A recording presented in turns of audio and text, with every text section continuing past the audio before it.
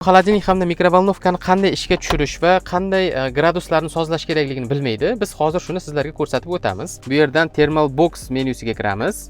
Bu yerda ko'rishingiz mumkin, ikki xil rejim bor. Cooler bu xolodilnik, Heat Production esa bu mikrovolnovka rejimlari. Bu yerdan sizlar bemalol o'sha xolodilnikning gradusini sozlasanglar bo'ladi va bu yerdan ham o'sha mikrovolnovkani gradusini, ya'ni darajasini belgilasanglar bo'ladi. Mana bu yerdan esa mashinani qo'shlab tushib ketsanglar ham qaysi vaqtgacha ushbu xolodilnik yoki mikrovolnovka ishlab turishini belgilasanglar bo'ladi. Misol uchun biz mana 220 ga qo'yib qo'yamiz, soat 220 gacha ishlab turaveradi. Ikkinchi funksiyamiz bu o'sha orqa o'rindiqlarda joylashgan markaziy monitor. Uni qanday tushiramiz? Buni tushirishimiz uchun biz menyuga kiramiz va bu yerdan sailing screen ni bitta bossak, bu monitor avtomatik tarzda tushadi.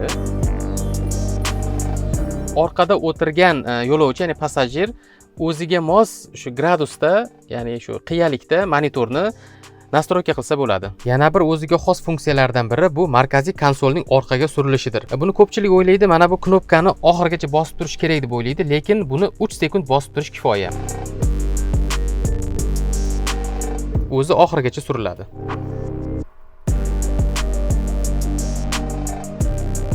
Videoyimiz foydali bo'lgan bo'lsa, like va podpiska bosish esdan chiqmasin.